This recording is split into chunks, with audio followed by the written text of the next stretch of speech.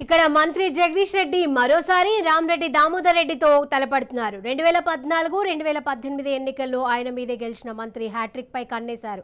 సూర్యాపేటలో వైద్య కళాశాల ఏర్పాటు, కలెక్టరేటు, ఎస్పీ కార్యాలయం, మినీ ట్యాంక్మెంట్, మార్కెట్ యార్డుల నిర్మాణాలు, పట్టణ అభివృద్ధి, సుందరీకరణ వంటివి సానుకూల అంశాలుగా భావిస్తున్నారు. కాంగ్రెస్ అభ్యర్థి దామోదర్ రెడ్డి తనకివే చివరి ఎన్నికలని చెబుతున్నారు. సానుభూతికిదో తోడు ప్రభుత్వ వ్యతిరేకత లభిస్తోందని భావిస్తున్నారు.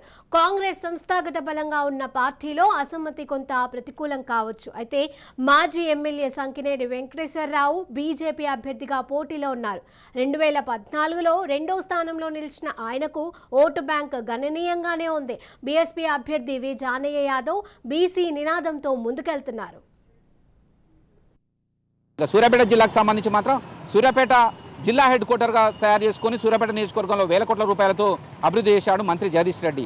అయితే ఆ అభివృద్ధితో పాటు ఆయన చాలా కార్యక్రమాలు చేయడం జరిగింది. దీంతో సూర్యాపేటలో జగదీష్ రెడ్డి గెలుపు ఖాయమనే మాట వినిపిస్తున్నప్పటికీ కూడా కాంగ్రెస్ నాయకులు, కాంగ్రెస్ నుంచి రామరెడ్డి దామోదర్ రెడ్డి, అదేవిధంగా బీజేపీ నుంచి సంకినేని వెంకటేశ్వరరావు, అదేవిధంగా ఇక్కడ మరొక విషయం ఏంటంటే టీఆర్ఎస్ రెబల్ అభ్యర్థి బీఎస్పీలో పార్టీ చేరిన ఒట్టె జానయ్య యాదవ్ చాలా కీలకంగా మారాడు. ఎందుకంటే వీళ్ళు ముగ్గురు కూడా ఓసీ అభ్యర్థులు, ఒట్టె జానయ్య యాదవ్ బీసీ అభ్యర్థి. అదేవిధంగా వీళ్ళు ముగ్గురు కూడా సూర్యాపేట నియోజకవర్గంలో వీళ్ళు ముగ్గురు కూడా స్థానికేతరులు, ఒట్టె జానయ్య స్థానికుడు. ఈ నేపథ్యంలో బడుగు బలహీన మైనార్టీ దళిత ఎవరైతే ఓటు బ్యాంక్ ఉందో ఆ ఓటు బ్యాంకును మొత్తం తన వైపు తిప్పుకోవడానికి సాయశక్తులు ట్రై చేస్తున్నారు.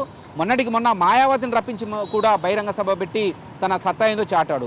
దానికంటే ముందు మంత్రి జగదీష్ రెడ్డి ప్రధాన అనుచరుడుగా ఉన్న నేపథ్యంలో ఆయన పైన 72 కేసులు పెట్టియడం, ఆ తర్వాత ఆ 72 కేసులకు సంబంధించి హైకోర్టు నుంచి ఆయన క్లీన్ చిట్ తెచ్చుకోవడం, ఆ తర్వాత బీఎస్పీలోకి మారడం మాత్రం కొంత కీలకంగా మారాడు. అక్కడ అంటే మాజీ ఎమ్మెల్యేలు, ఒక ప్రస్తుత ఎమ్మెల్యే, ఒక రెబల్ అభ్యర్థి, ఈ నలుగురి మధ్య చతుర్ముఖ పోటీ ఉన్నప్పటికీ కూడా ఒట్టె జానయ్య చాలా ధీమాతో ఉన్నాడు, నేను గెలుస్తున్నానని. అదేవిధంగా మంత్రి కూడా నేను చేసిన అభివృద్ధి నన్ను గెలిపిస్తుందని కూడా ఆయన ధీమాతో ఉన్నాడు.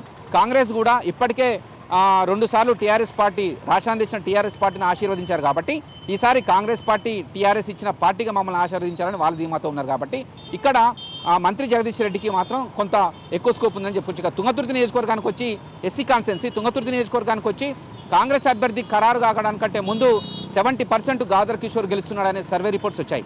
ఎప్పుడైతే మందుల సామెలు, ఈయన తెలంగాణ ఉద్యమ నాయకుడు, కేసీఆర్ 2001లో ఏదో టీఆర్ఎస్ పార్టీ పెట్టాడో టీఆర్ఎస్ పార్టీ పెట్టినప్పటి నుంచి తుంగతుర్తిలో టీఆర్ఎస్ జెండా పట్టుకొని తిరిగిన వ్యక్తి మందుల సామెల్ని కాంగ్రెస్ నుంచి టికెట్ ఇచ్చిన నేపథ్యంలో మాత్రం మందుల సామెలకు స్వచ్ఛందంగా మేము పెట్టుబడి పెడతామని వచ్చి కూడా అతనికి మద్దతు తెలుపుతున్న వాళ్ళ సంఖ్య రోజు రోజుకు పెరిగిపోతుండటంతో మాత్రం గాదర్ కిషోర్ గెలుపాడ కొంత కష్టతరంగానే అనిపిస్తుందని కూడా సర్వే రిపోర్ట్లు పెడుతున్నాయి. కాబట్టి తుంగతుర్తి ఖచ్చితంగా మందుల సామెలు కాంగ్రెస్ పార్టీకే ఎడ్జుందని కూడా తెలుస్తూ ఉన్నది.